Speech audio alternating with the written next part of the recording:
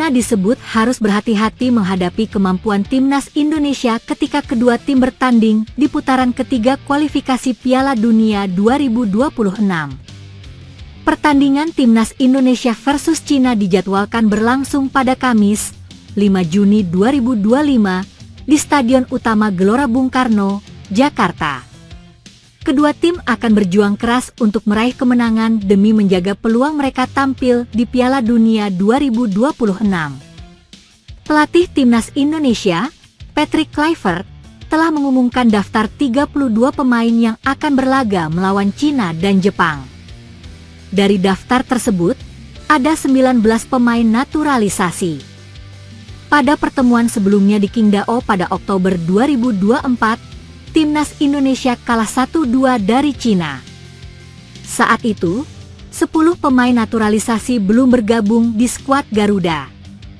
Daftar 10 pemain tersebut meliputi Emil Audero, Dean James, Sandy Walsh, Jordi Amat, Kevin Dix, Justin Hubner, Ulla Romeni, Eliano Reigders, Stefano Lillipali, dan Joey Pelupesi.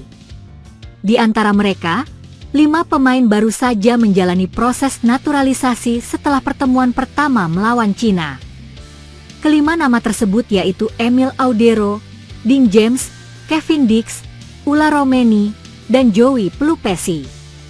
Media asal Cina, Sohu, mengungkapkan kekaguman terhadap kekuatan skuad Garuda saat ini dengan menyebut para pemain naturalisasi sebagai tentara asing. Sebagian besar dari mereka berasal dari pembinaan pemain muda di Eropa, termasuk Belanda, Belgia, dan Spanyol, tulis Sohu.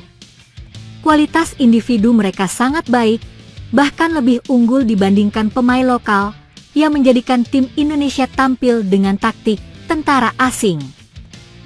Timnas Indonesia kini dianggap telah mengubah dinamika sepak bola di Asia Tenggara. Kebijakan naturalisasi yang diterapkan oleh PSSI telah memberikan warna baru dalam kompetisi sepak bola di kawasan ini. Dengan adanya pemain-pemain keturunan Eropa dan berpengalaman, timnas Indonesia kini memiliki keunggulan yang jelas dalam hal kedalaman skuad. Masuknya pemain-pemain naturalisasi ini telah memberikan energi baru dan membawa perubahan signifikan dalam sepak bola Asia Tenggara, tambah Sohu. Terutama mereka yang bermain di liga-liga Eropa tingkat kedua, yang memiliki keunggulan fisik yang jelas. Untuk pertandingan melawan Cina, Martin Paes dan Ragnar Oratmangoen tidak dapat ikut serta.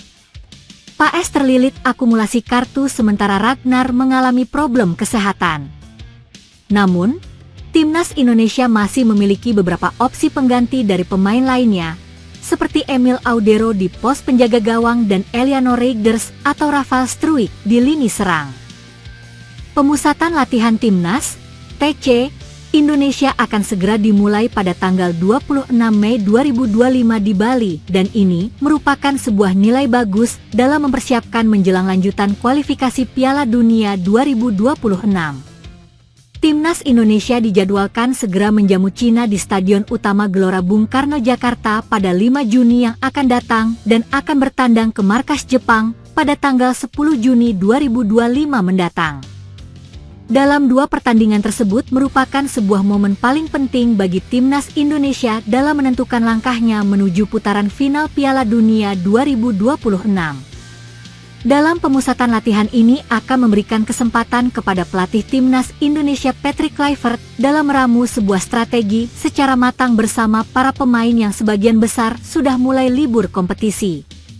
Salah satu anggota PSSI yaitu Arya Sinulinga telah mengatakan bahwa dalam keputusan memilih Bali sebagai tempat lokasi pemusatan latihan ini didasarkan karena kelengkapan fasilitas serta kenyamanan lingkungan yang dapat menunjang fokus para pemain. Sebagian besar pemain sudah libur, jadi tim bisa mulai lebih cepat. Persiapan kali ini lebih kondusif karena kami memilih Bali dengan semua fasilitas lengkap, kata Arya. Langkah strategis yang saat ini akan diambil oleh timnas Indonesia adalah dengan cara menggelar TC lebih awal dan ini menjadikan semua sinyal kuat bahwa timnas Indonesia telah fokus penuh dalam membangun pondasi kemenangan dari dalam. Dengan sebuah dukungan yang penuh dari federasi, staf pelatih serta para supporter dan kesiapan para pemain ini, sangat diharapkan dapat tampil lebih garang dalam 2 laga penentu yang akan mendatang. Dan ini merupakan salah satu peluang besar bagi timnas Indonesia untuk tetap bersaing dalam memperebutkan tiket ke final, dan 2 laga pertandingan ini akan dipastikan menyedot perhatian jutaan pasang mata. Salah satu pemain timnas Indonesia, Tom Haye, telah mengatakan keputusan ini dengan sangat baik yang menurutnya dalam pengalaman saat melawan Australia pada bulan Maret merupakan sebuah pelajaran penting. Karena pada saat itu merupakan sebuah keterbatasan waktu dan kedatangan pemain yang tidak sama, sehingga membuat persiapan mereka terasa seperti roller coaster. Kali ini kami punya waktu lebih panjang bersama sebelum laga melawan Cina. Itu sangat penting untuk membangun chemistry tim, ujar Haye. Timnas Indonesia harus bersiap untuk menjalani laga uji coba bergengsi dalam waktu dekat. Timnas Uruguay kabarnya siap bertanding melawan tim Garuda.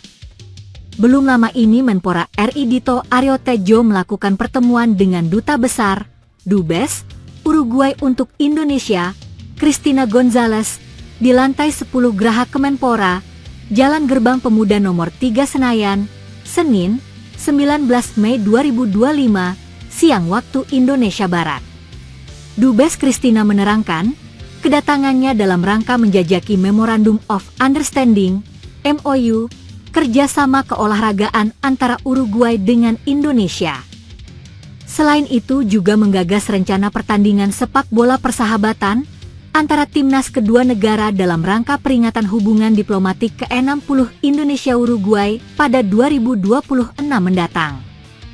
Uruguay ingin mengadakan friendly match di Indonesia dengan mendatangkan pemain inti timnas kedua negara jika memungkinkan, sebut Dubes Uruguay untuk Indonesia Cristina Gonzalez dikutip dari situs web resmi Kemenpora RI. Hubungan dekat Timnas Indonesia, PSSI, Alfred Riedel, Uruguay. Disampaikan Dubes Cristina Gonzalez, kedua negara memiliki sejarah hubungan keolahragaan melalui program pelatihan pesepak bola muda Indonesia selama 5 tahun di Uruguay pada 2007 hingga 2011 silam. Program ini telah menelurkan para pemain yang diantaranya memperkuat timnas Indonesia pada masanya. Beberapa bahkan beredar di kancah sepak bola profesional Indonesia saat ini. Misalnya Yoewanto Satyabeni dan Alvin Tua Salamoni.